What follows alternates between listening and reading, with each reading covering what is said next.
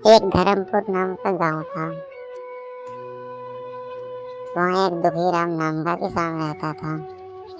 उसके घर में एक बीवी और दो बच्चे रहते थे, पिंकी और राजू। उसकी पत्नी का नाम था उमा और उसके पास थोड़ी सी खेती थी जिस पर वो कड़ी से कड़ी मेहनत करके अपना गुजारा करता था।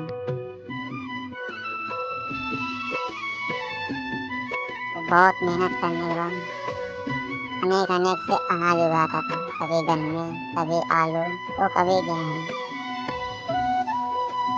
एक बार उसने बहुत ज्यादा मेहनत की।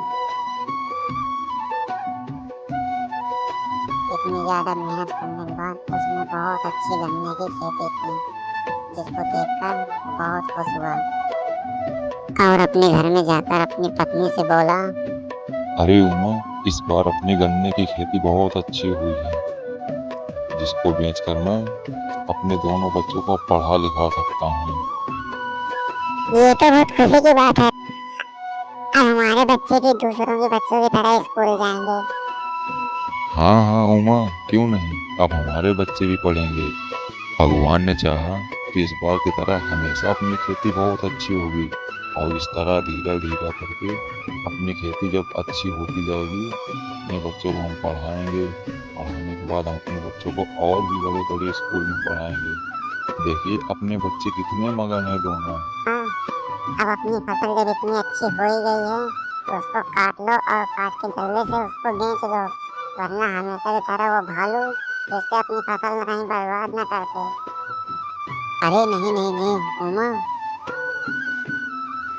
मैं अपनी फसल अभी नहीं काटूंगा। अभी तो मुझे अपनी फसल और देर तक इंतजार करना है ताकि वो और भी ज्यादा अच्छी हो जाए। और इस तरह वो अपनी फसल को देखकर बहुत खुश थे। उसने अपनी फसल और अच्छी के इंतजार में एक दिन ऐसा हुआ कि सुबह होते होते भालू ने उसकी सारी फसलों को बर्बाद कर दिया। और दुखी राम का सपना सपना ही रह गया। इससे हमें ये सीख मिलती है कि लालच करने से बहुत बुरा होता है। लालच बुरी वाला है।